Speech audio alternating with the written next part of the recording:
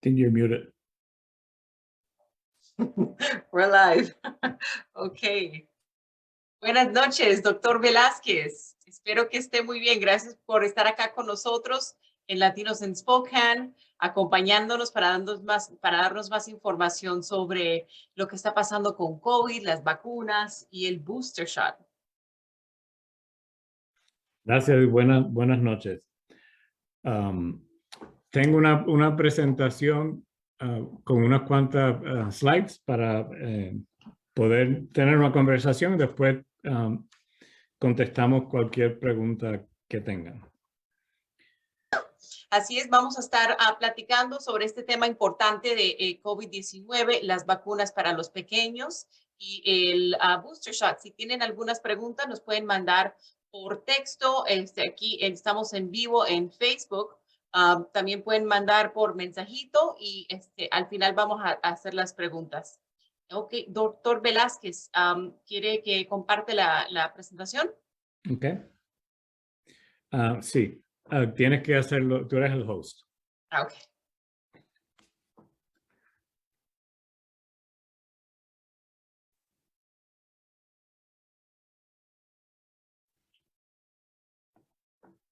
Screen sharing, there you go. Ok. Y vamos a ver cómo se ve esto.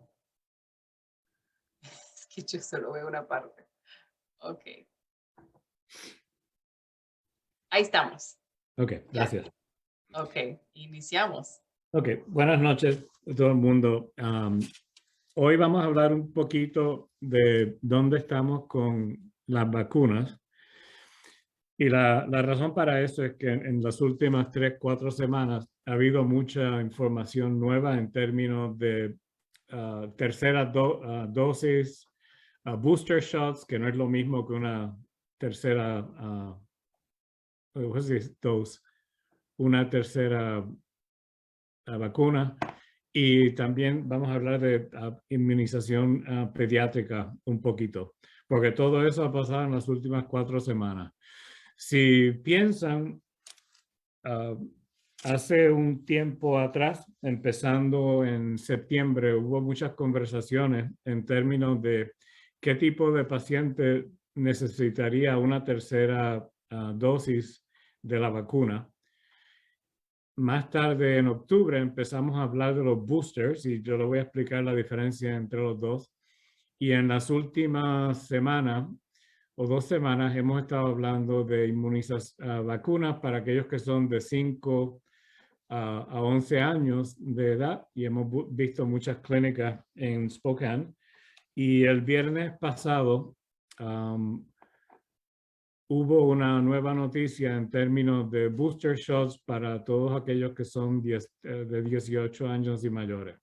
O sea que vamos a tratar de presentarle un resumen de todo eso y hablar entonces de cada uno de esas categorías y para que ustedes puedan pensar dónde es que usted tiene que estar, si tiene que tener una tercera dosis, si tiene que tener un booster y si tiene niños, pues qué es lo que hay que estar pensando en términos de vacuna. Vamos a entonces mover a la próxima, una más. Y vamos a hablar de lo que estábamos mirando en agosto y septiembre de este año pasado. Esta gráfica lo que nos dice es básicamente el número de personas en los Estados Unidos y el número en Washington State es muy similar, un poquito más bajito en Spokane, pero muy similar.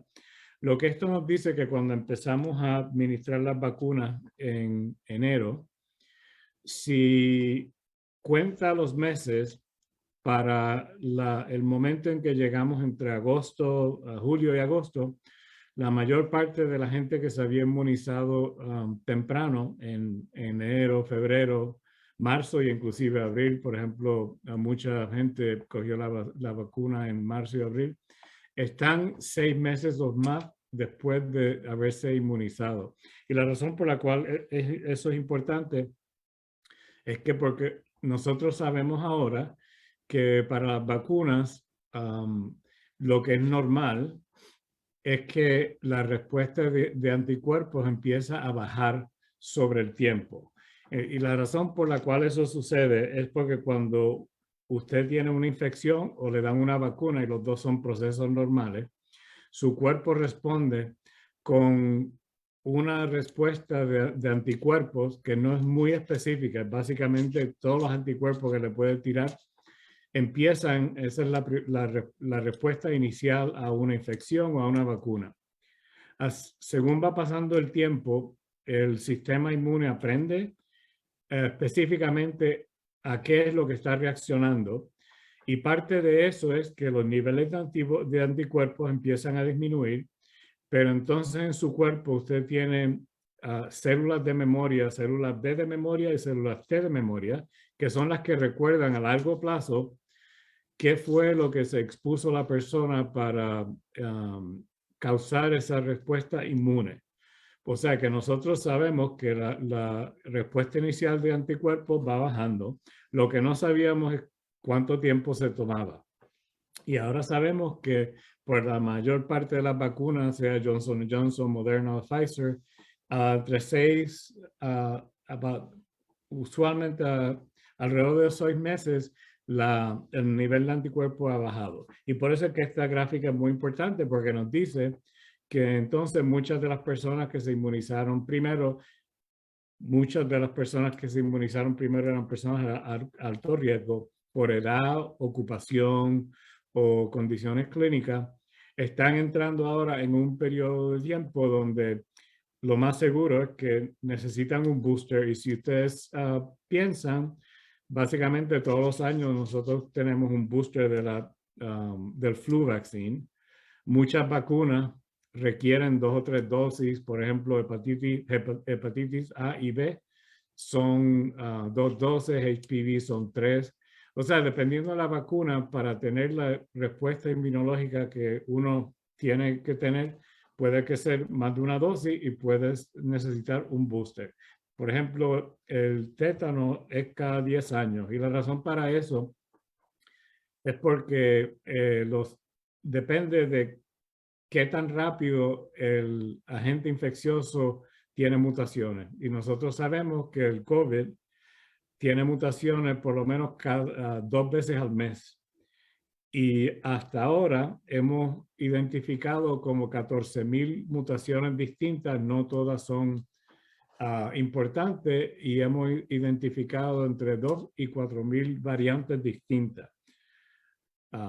No todas son importantes. La razón por la que digo eso es porque los virus tienden a mutar con una cierta frecuencia, y este virus particular tiene las mutaciones cada 13 días o por lo menos 2 veces al mes.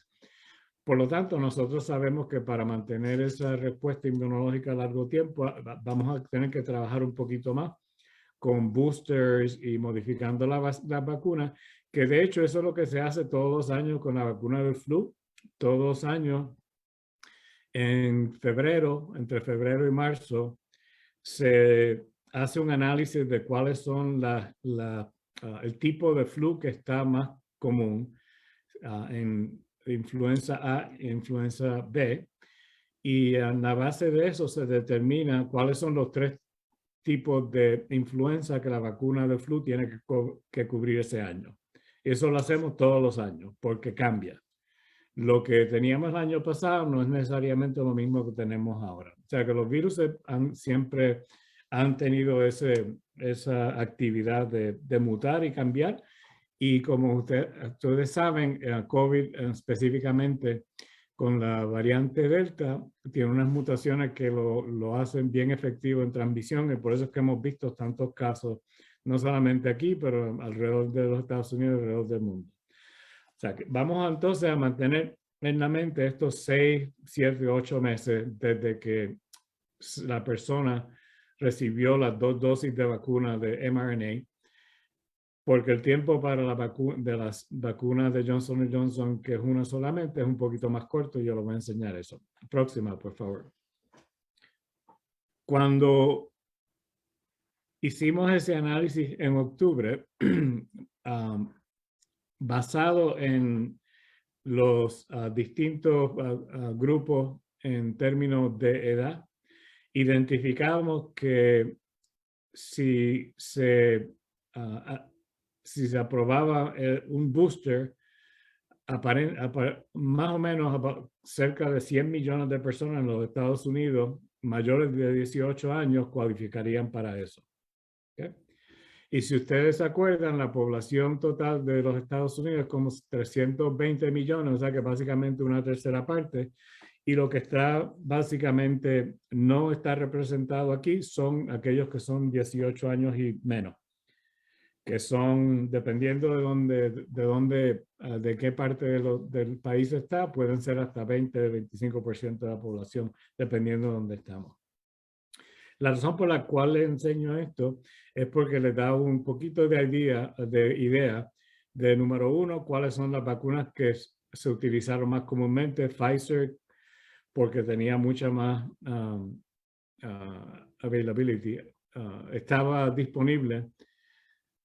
Fue la más común que se usó en los Estados Unidos. Moderna fue la segunda y Johnson & Johnson, que Janssen es una compañía de Johnson & Johnson, porque tenía menos distribución, pues representa un número más bajo. Y Janssen o Johnson & Johnson es la vacuna que es una sola dosis. Próximo, por favor.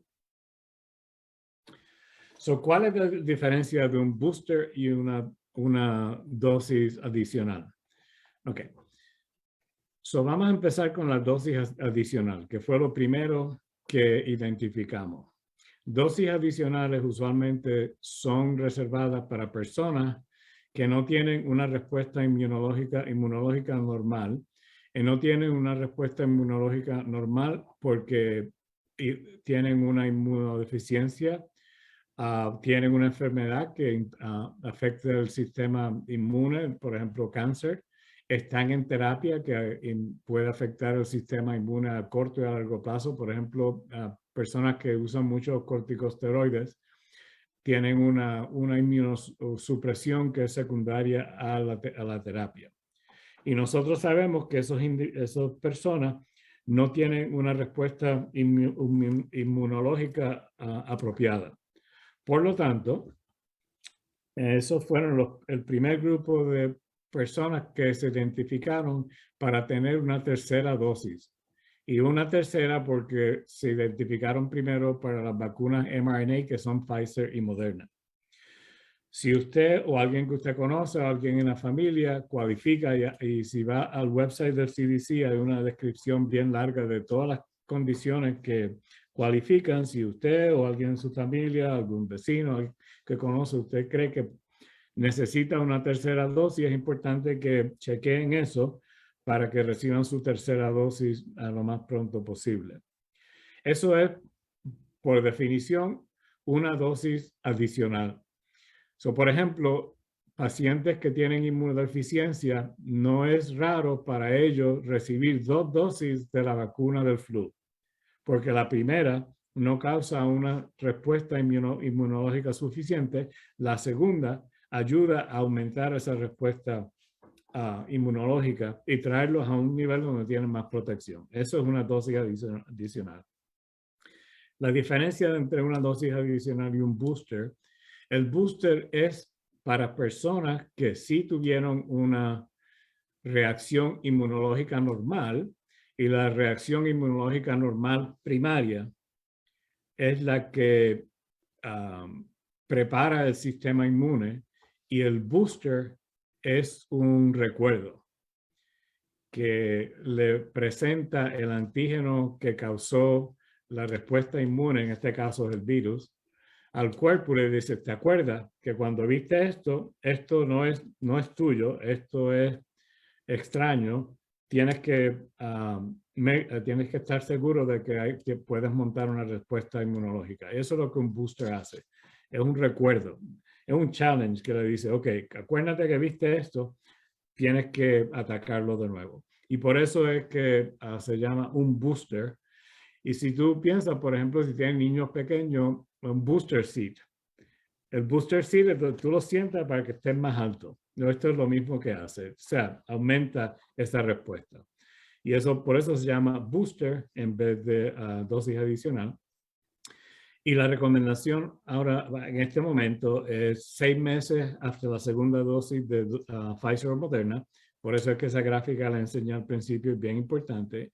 Y Johnson & Johnson 2 meses después de una dosis. Y vamos a hablar en un poquito si las pueden mezclar y qué es lo que pasa.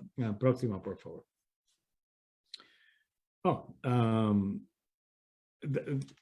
Vuelve para atrás un momento. Si me hace el favor. Ok, vamos a parar aquí un momento. Voy a contestar un par de preguntas que usualmente la gente tiene. Y me parecía que tenía otro slide, pero no está aquí. La primera pregunta que gente hace es si yo cualifico para un booster, ¿qué vacuna tengo que buscar? La recomendación es si tuviste Pfizer, quédate con Pfizer. Si tuviste Moderna, quédate con Moderna. Si tuviste J&J, quédate con J&J. Pero si tiene la persona una preferencia distinta, por ejemplo, si su primera vacuna fue Pfizer y usted quiere tratar una Moderna, se puede hacer. Lo mismo que si tuvo Moderna y quiere tratar Pfizer, puede hacer eso. Y si tuvo J&J, puede tratar Moderna o Pfizer. Pero tiene que recordar que de la Johnson & Johnson y Moderna y Pfizer no son el mismo tipo de vacuna. Johnson & Johnson usa lo que se llama un vector, que es utiliza un virus del common cold, ¿cómo se llama? Del resfriado, inactivo para presentar el antígeno al sistema inmune. Las dos Pfizer y Moderna utilizan una secuencia de RNA mensajero, que es lo que le da la señal a sus células para producir las proteínas que parecen como el virus para que el sistema inmune. No son exactamente lo mismo. Pero de acuerdo al CDC o Center for Disease Control, lo que se llama una inmunización heteróloga, que quiere decir que no usa la misma vacuna, es algo que puede hacer. ¿Okay? Yo, por ejemplo, tuve Moderna y me quedé con la Moderna porque me funcionó bien, no cambié.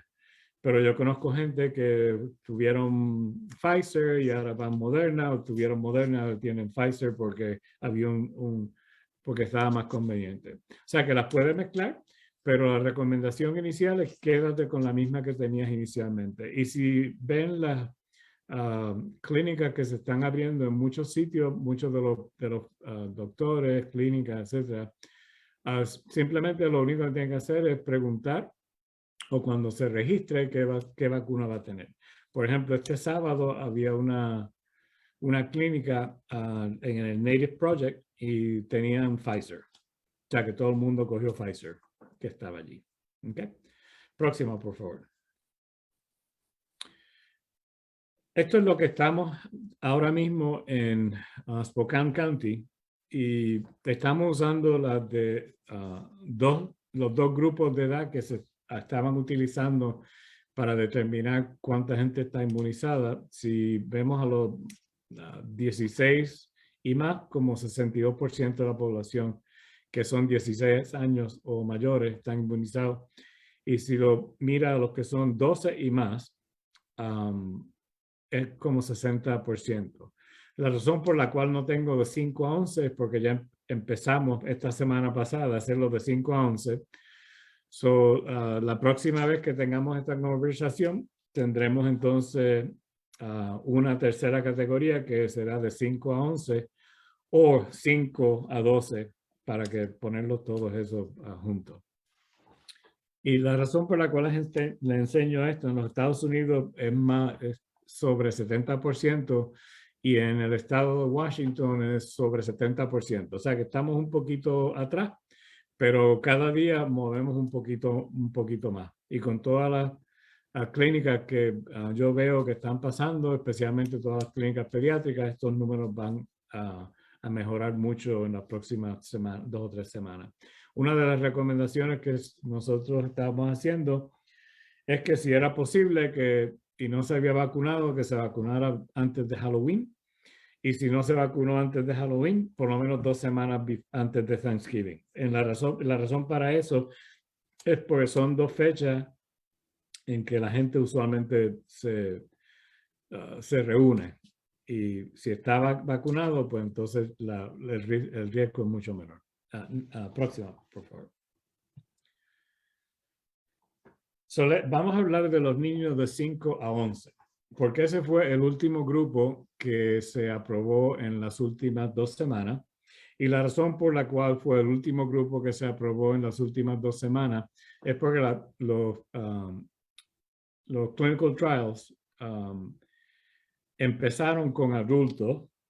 Después de los adultos fue a los adolescentes. El último grupo que se mira son aquellos niños. Y la razón para eso es porque cuando se hacen los estudios, una de las áreas que se está viendo es qué efectiva es y qué segura es. Y usualmente empezamos con adultos y nunca llegamos hasta niños a menos que hayamos pasado por adultos, adolescentes, entonces llegamos hasta los niños. Pero nosotros sabemos que, especialmente con la variante Delta, y esta es una de las cosas que la gente me pregunta mucho, al principio de la pandemia, casi 2 años, son 21 meses, la transmisión en niños era baja. Esa no es la misma situación que tenemos ahora. Por ejemplo, entre septiembre y octubre, niños, cada estado los define un poquito diferente, pero es menos de 12, menos de 14, menos 16, menos 17, depende de qué estado es.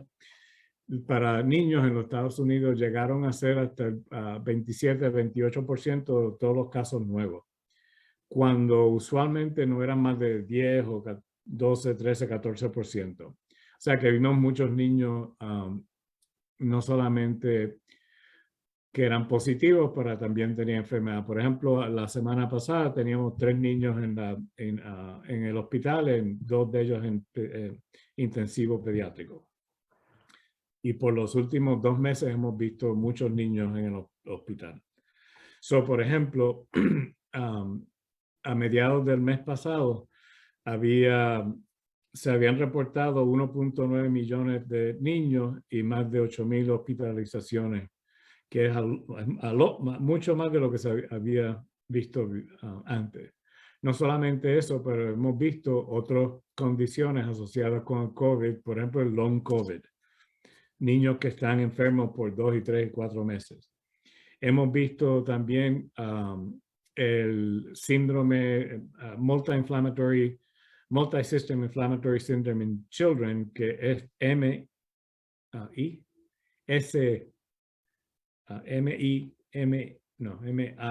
Which one is I? E. Okay.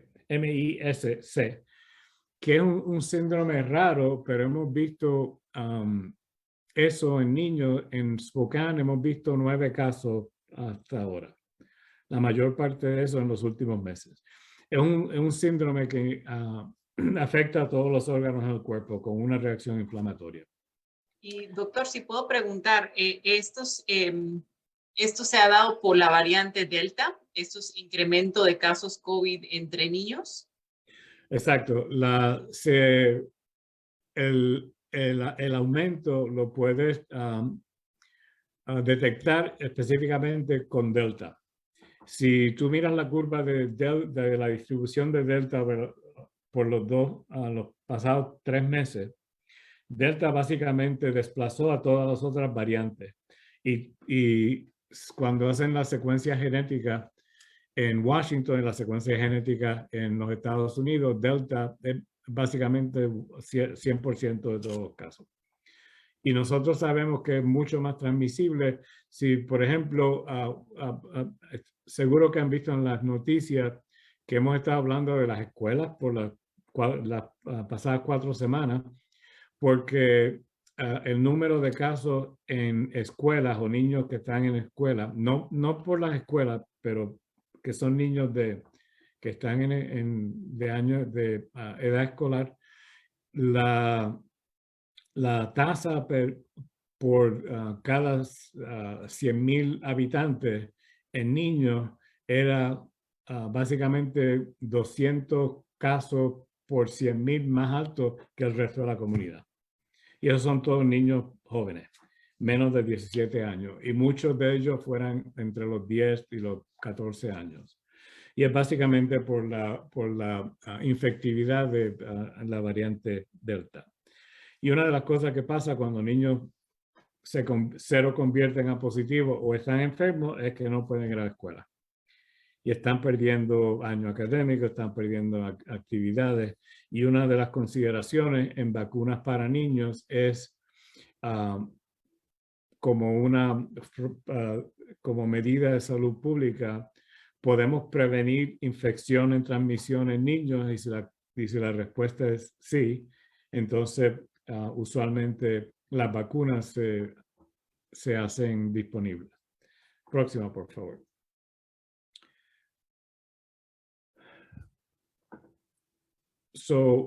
Una de las razones por las cuales se ha hecho disponible la vacuna para niños 5 a 11 es que, de acuerdo a los modelos que tenemos, si empezamos a inmunizar a los niños entre 5 y 11 durante el invierno, noviembre hasta marzo, y acuérdense que octubre es el principio del flu season, o sea que ahora tenemos el flu, el catarro y el COVID, todo a la misma vez, o sea que hay que tener cuidado. Pero si inmunizamos a un porciento grande de los niños de 5 a 11, podemos evitar como 600,000 casos en los Estados Unidos. Okay.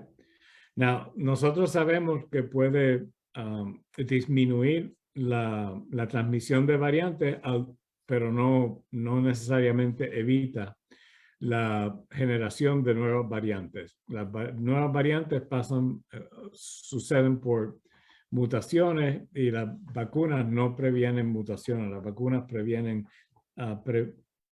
son preventivos para hasta cierto punto de transmisión, pero lo más importante, enfermedad significativa y mortalidad. Y si miramos los números de las pacientes 65 y mayores, que inicialmente cuando la pandemia empezó hace 21 meses, tenían el porciento de hospitalización y mortalidad más alto de ninguno de los grupos. Y ahora mismo tienen el porciento de hospitalización y mortalidad más bajo de todos los grupos. De hecho, la mayor parte de los casos que vemos son en pacientes de 40 años y menos. Son esos 56% de todos los casos. ¿Por qué? Porque aquellos que son envejecientes se vacunaron temprano, y la vacuna los ha protegido de enfermedad severa suficiente para estar en el hospital. La próxima, por favor. Cuando se hicieron los análisis de todas las pruebas que se hicieron para esta vacuna, y son miles y miles y miles y miles de niños, sabemos que la eficacia, y hay una diferencia entre efficacy and effectiveness, o eficacia y efectivo, son dos cosas distintas. Eficacia es cuál es la prevención en los estudios clínicos. En los estudios clínicos son controlados, lo que quiere decir que hay pacientes que no participan en esos estudios clínicos porque puede ser riesgo para ellos. Eso es la eficacia. Y la eficacia de estas vacunas es como 91%. Para darle una comparación, la efectividad, y la efectividad es qué pasa cuando se usa en el mundo, no en el estudio clínico que está controlado, pero todo el mundo. Eso es efectividad, effectiveness. Sabemos que la efectividad de la vacuna del flu usualmente es de 40 a 60%. Estas vacunas son 90%, y si miramos específicamente a prevenir enfermedad seria, son casi 100%. ¿Okay? La otra cosa que se mira en adición a la eficacia es safety. ¿Qué tan seguras son? Y cuando se analizó toda esta información, los efectos secundarios fueron mínimos. Usualmente les duele donde le pusieron inyección, están cansados, algunos tenían dolores de cabeza, ocasionalmente fiebre, pero el número de efectos adversos es mínimo en esta población de 5 a 11 años. Próximo, por favor. Para determinar si una vacuna es de beneficio, siempre se mira cuál es el beneficio y cuál es el riesgo para la población. El beneficio para la población específica de esos que son de 5 a 11, número 1 es disminuir el número de casos y si se acuerdan de una de las slides anterior, se proyecta que podemos disminuir aproximadamente 600,000 casos entre noviembre y marzo si usamos la vacuna. Y esos son un montón de casos en esta población que es relativamente pequeña. Segundo, previene la enfermedad más seria como el MIS-C, que hablamos un poquito, y también mortalidad y los efectos secundarios de la infección como el long COVID. Porque hemos visto muchos niños con síntomas que duran por meses y meses y meses y meses, que son bien debilitantes. También sabemos que vacunas, mientras más gente hay vacunada, menos host. ¿Cómo se dice host? Que es como menos o el central, ¿no? Central que tiene la... Menos población susceptible. Susceptible. Gracias.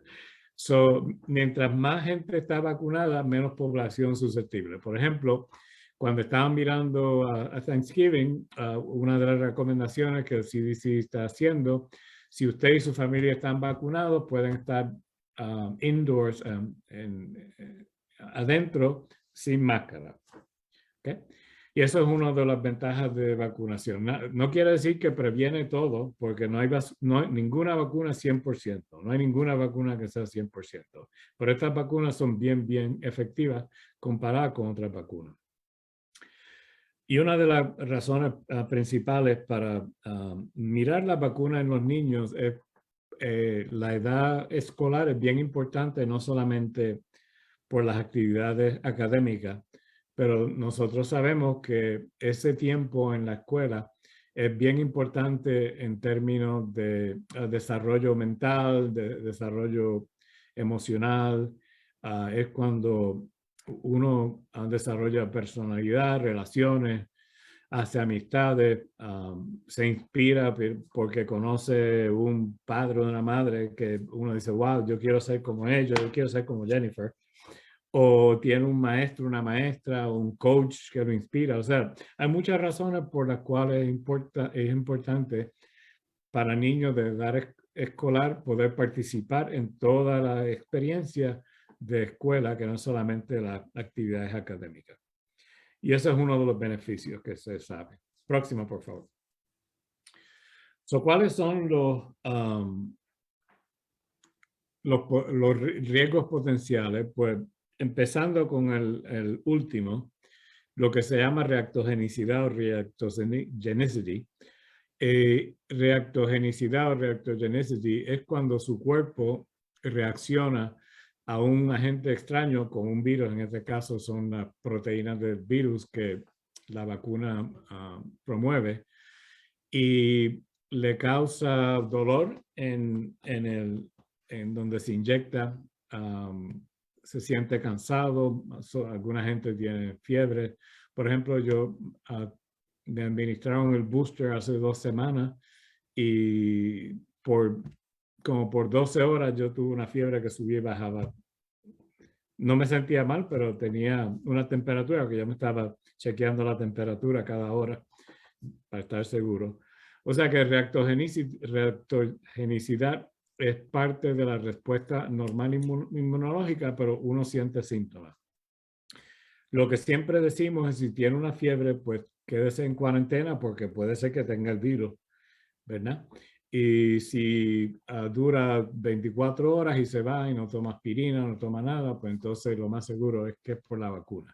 Pero hay que acordarse que a pesar de haberse inmunizado, cuando no ha pasado las 2 semanas que necesita para esa respuesta inmunológica ser más efectiva, puede cogerse un catarro, puede cogerse el flu, puede cogerse el COVID. Por eso decimos siempre tenga cuidado con los síntomas. Una de las áreas que se habló mucho en los últimos meses fue miocarditis o myocarditis. Y esa inflamación del tejido que es como un sobre alrededor del corazón. El pericarditis es el tejido alrededor del corazón y miocarditis es cuando el músculo del corazón se inflama. Solo vamos a hablar de miocarditis, que es la que se ha visto más común. Hemos visto como 134, 135 casos de miocarditis en algunas de las vacunas, después de haber administrado millones y millones y millones y millones y millones y millones de dosis.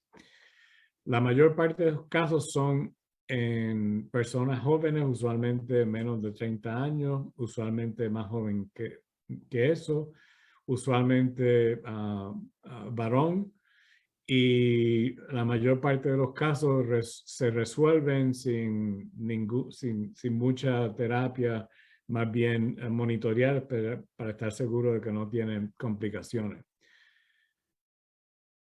Miocarditis o myocarditis como un síndrome pasa todos los años. Vemos de 3 a 6,000 casos en los Estados Unidos, usualmente en gente joven, muchos de ellos después de una infección viral. No sabemos exactamente la relación, pero hay una relación temporal con la infección viral en la historia.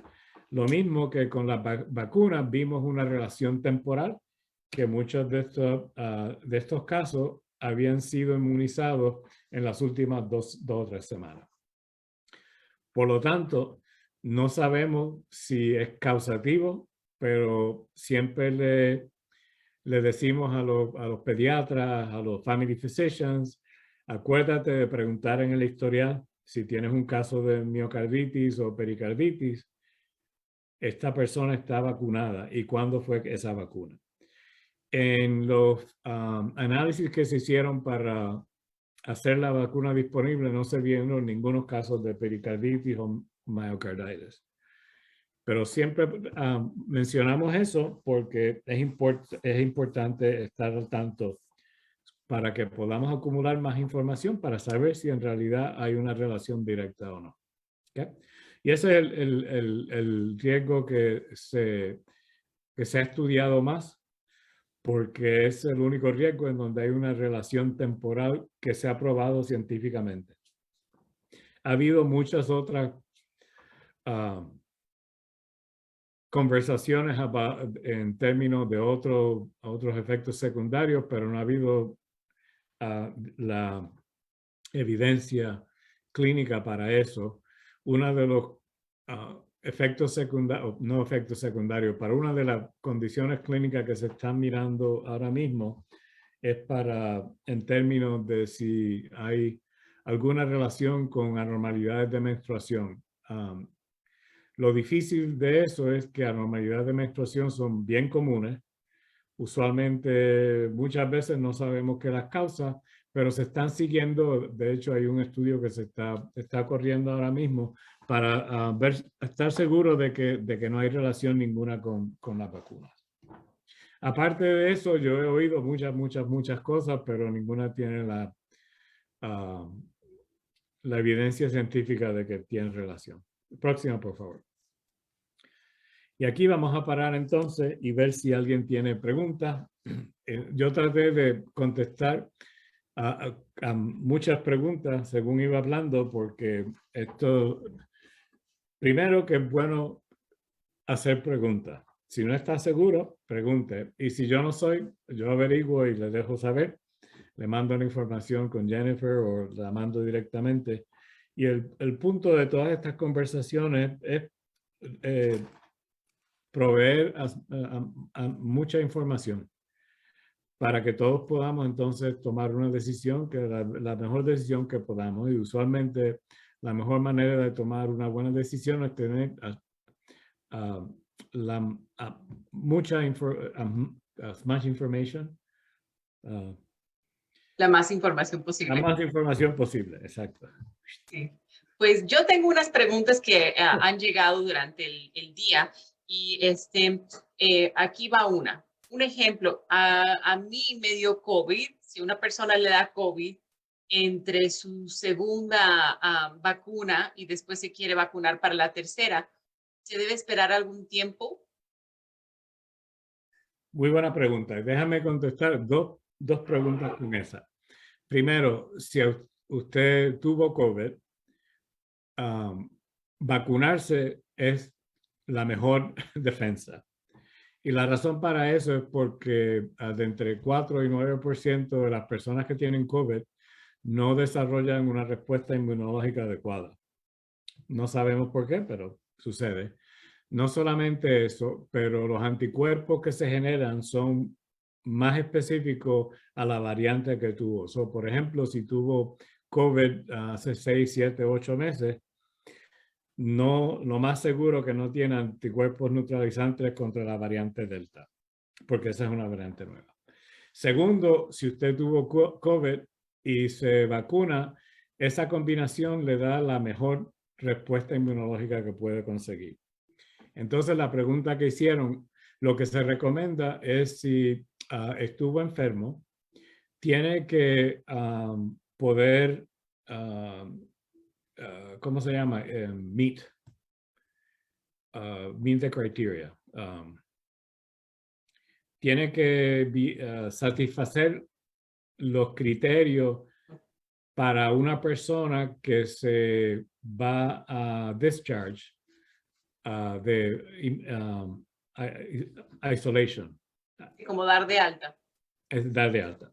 Y usualmente es que está asintomático sin ninguna terapia por 2 semanas o más. Pero siempre pregúntele a su médico, enfermera, a PA, porque cada persona es un poquito distinto. Una de las cosas que se había dicho antes es que esperaran meses y meses y meses, pero ahora sabemos que no necesariamente tienen que esperar meses y meses y meses. Ok, excelente. Entonces, es muy buena información porque sabemos que hay personas que sí le han tocado COVID y están en ese inter, si se vacunan por la segunda o tercera, pero sí, lo mejor es que se vacunen. Otra pregunta, doctor Velázquez. ¿La vacuna para niños es el mismo dosis para adultos que niños? Buena pregunta. La vacuna para niños es más o menos una tercera parte de la dosis. Y la razón para eso es 10 microgramos. 10 microgramos de mRNA. La de adulto es 30. Moderna es 100. La razón para eso es todos los medicamentos se evalúan en términos de dosis apropiada para la edad. Por ejemplo, si ustedes se acuerdan de la aspirina de niños es 81 miligramos, la aspirina de adultos es 325. Y las vacunas, la dosis es específica para casos pediátricos, o sea que es mucho más baja. Y eso es lo mismo de los boosters. El booster es 50% de la dosis inicial. ¿Ok? Ok, muy bien. Y otra pregunta, por ejemplo, si yo no he vacunado a mi adolescente, pero quiero buscar una dosis menos para que no le haga tanto efecto secundario, ¿es posible que una persona solicite una vacuna de niños en vez de una para su edad de adolescente? Depende, porque muchos pediatras van a definir un niño hasta la edad de 17 o 18, dependiendo de... Y por eso es que tiene que hablar con su pediatra, porque cada persona es un poquito diferente. Claro. Nosotros sabemos que aquellos que son mayores pueden tener una dosis de adulto y la razón por la cual la reactogenicidad en gente joven tiende a ser un poquito más agresiva es porque el sistema inmune de adolescentes y adultos jóvenes está en mucho mejores condiciones que el sistema inmune de, por ejemplo, yo que tengo más de 27 años. ¿Okay? Porque el sistema inmune, la respuesta es como todo, no es tan buena cuando uno envejece a comparado cuando uno era más joven. Por eso es que mucha de la gente joven dice, oh sí, esto me dolió mucho, no sé qué, porque el sistema inmune de ellos es bien activo. ¿Okay? Pero consulte con su pediatra porque cada persona es distinta, van a tomar en consideración el tamaño, el peso, si tiene otras condiciones, etcétera, etcétera, etcétera. Okay. Claro. Muy bien, muchísimas gracias, doctor. Esta es excelente información que nos ha dado y compartido acá por medio de Latinos en Spokane. Y si ustedes tienen más preguntas, por favor, envíalas. Con mucho gusto se lo podemos canalizar con el doctor Velázquez y con el Spokane Regional Health District. Queremos dar información de la última, de lo que está pasando con la situación de COVID aquí en nuestra comunidad del condado de Spokane. Y también, ¿qué recomendaciones tiene para Thanksgiving? Como había mencionado, si todos de la familia están vacunados, pueden estar adentro disfrutando juntos si ya han obtenido su vacuna. También les queremos recordar que tenemos pruebas COVID en nuestras oficinas en Latinos en Spokane. Esta semana, por ser de Thanksgiving, queremos extender nuestro horario de COVID testing, de pruebas. Vamos a hacer pruebas el martes y miércoles todo el día. Entonces, si ustedes tienen algún síntoma, tienen alguna duda y va a festejar con su familia, mejor hágase la prueba, quítese de dudas para que no sea una acción de gracias con COVID. Queremos que todos estén seguros. Eso es un punto muy importante, Jennifer. Me alegro que lo hayas traído. Si tiene alguna duda, si no está seguro, si cree que a lo mejor alguien lo tenía cuando usted estaba, hágase la prueba. Sí, Esa es así la es. parte, eso es lo más seguro de hacer. Por eso es que hay tantas pruebas en Latinos en Spokane y en la comunidad, porque mejor hágase la prueba y salga de dudas y no, para que no se tengan que preocupar. Y si es positivo, pues obviamente sabemos que entonces tiene que tener más cuidado. ¿Okay? Sí, y ahí le mandan su recalentadito del pavo a su casa para que guarde cuarentena. Exacto. Pero es mejor así para que toda la familia esté segura, ya los abuelos, los tíos y los niños también. Queremos que esta acción de gracias y estas fiestas también que vienen de Navidad que sean unas celebraciones positivas y saludables para la comunidad. Estamos disponibles para recibir sus preguntas para las pruebas COVID el día de mañana y miércoles todo el día. Y sí, por favor, llámanos si tienen alguna duda. Doctor Velázquez, muchísimas gracias por estar acá con nosotros y por siempre por compartir su tiempo y información importante. Bueno, muchas gracias por la invitación y que todos pasen un feliz día de acción de gracias y que cruzando los dedos que todos podamos celebrar. Pero si está positivo, pues le mandamos entonces un doggy bag. Así es, recalentadito en casa. No se va a perder Sabe el bueno, pavito. sabe bueno como quiera. Sí, exacto. Ok, muchísimas gracias y estamos en contacto, doctor Velázquez. Happy Thanksgiving. Feliz día de acción de gracias a todos. Hasta luego.